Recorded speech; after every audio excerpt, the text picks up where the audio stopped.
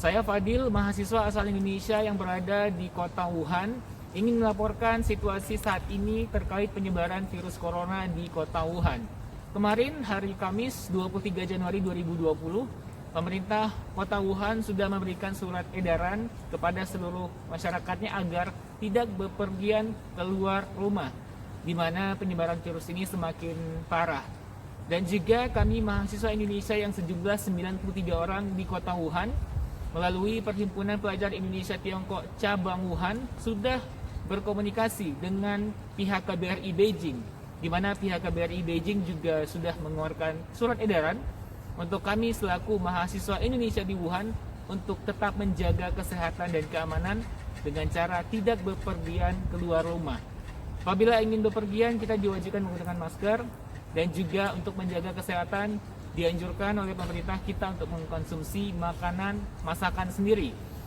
Kemarin sempat padat juga di situasi supermarket dan juga pasar terdekat, di mana semua warga itu berbondong-bondong untuk membeli bahan pokok makanan, di mana makanan yang dimasak jauh lebih higienis, karena juga salah satu penyebaran virus ini juga bisa melalui apa yang kita konsumsi. Dan juga sekarang ini kebetulan bertepatan dengan liburan semester kuliah dan juga tahun baru Imlek. Jadi saat ini situasi di kota Wuhan memang terbilang sangat sepi, karena juga warga Wuhan melakukan perayaan tahun baru Imlek, di mana mereka pergi ataupun pulang ke kampungnya masing-masing. Dan juga sebagian mahasiswa internasional di kampus Central China Normal University juga ada yang pulang ke negara mereka masing-masing.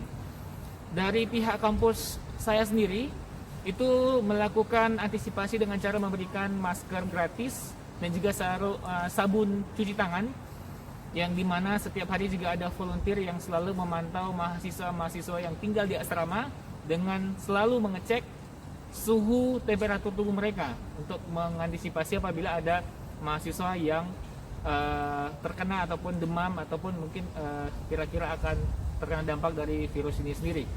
Dan kami yang bisa kami lakukan adalah mahasiswa Indonesia hanya tetap berdiam diri di asrama, tidak melakukan apa-apa karena juga sangat khawatir untuk pencemaran melalui udara.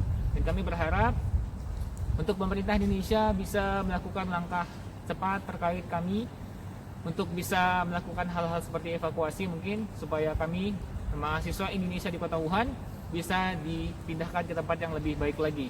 Terkait sejak kemarin juga kota Wuhan sudah ditutup untuk transportasi udara maupun darat, di mana untuk akses keluar masuk Wuhan itu tidak diizinkan lagi. Semua transportasi seperti bis, kereta api, MRT dan juga pesawat udara tidak bisa diakses lagi. Jadi kami bisa dibilang terperangkap di kota Wuhan untuk saat ini dan tidak bisa kemana-mana.